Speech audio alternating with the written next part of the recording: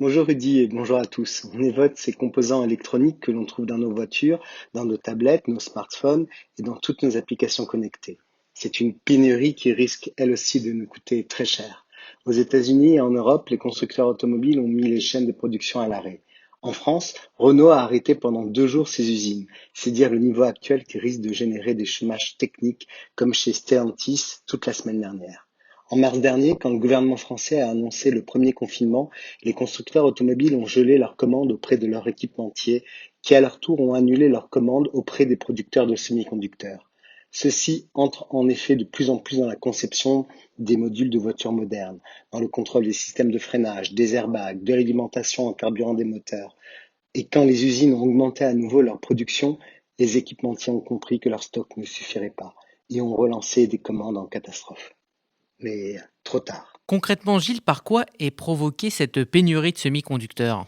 Bien Rudy, il faut avoir à l'esprit que l'industrie du semi-conducteur est extrêmement concentrée. La course à la miniaturisation et à la puissance croissante des circuits électroniques a fait qu'aujourd'hui, il faut pouvoir produire et vendre ces circuits électroniques par centaines de milliers pour que cela devienne rentable. Au point que les leaders de l'électronique mondiale, essentiellement américains et japonais, en sont venus à se décharger de la production qu'ils ont confiée à quelques sous-traitants pour se focaliser sur la conception des circuits, activité bien plus rentable. Actuellement, la production mondiale de tous les semi-conducteurs est donc réalisée par quelques grosses firmes essentiellement situées à Taïwan et en Corée du Sud. Le plus gros fabricant est le taïwanais TSMC, qui produit par exemple les puces électroniques des téléphones et des ordinateurs de l'américain Apple, mais aussi 70% des puces du secteur de l'automobile. Ce goulot d'étranglement productif ne date donc pas d'hier. Les semi-conducteurs sont présents dans des milliards d'appareils électroniques. Tous les systèmes informatiques modernes sont composés de petites puces de silicium qui permettent de faire circuler des informations dans leurs circuits.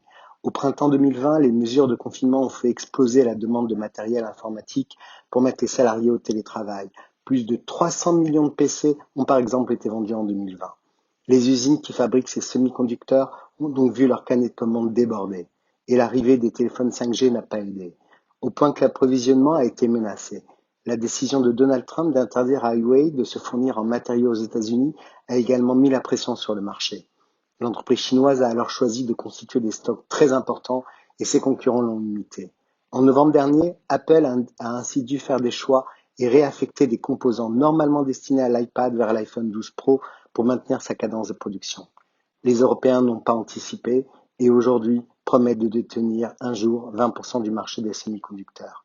Personne n'interdit de rêver et surtout de miser en bourse dès aujourd'hui sur ce secteur très porteur. Très belle semaine à tous.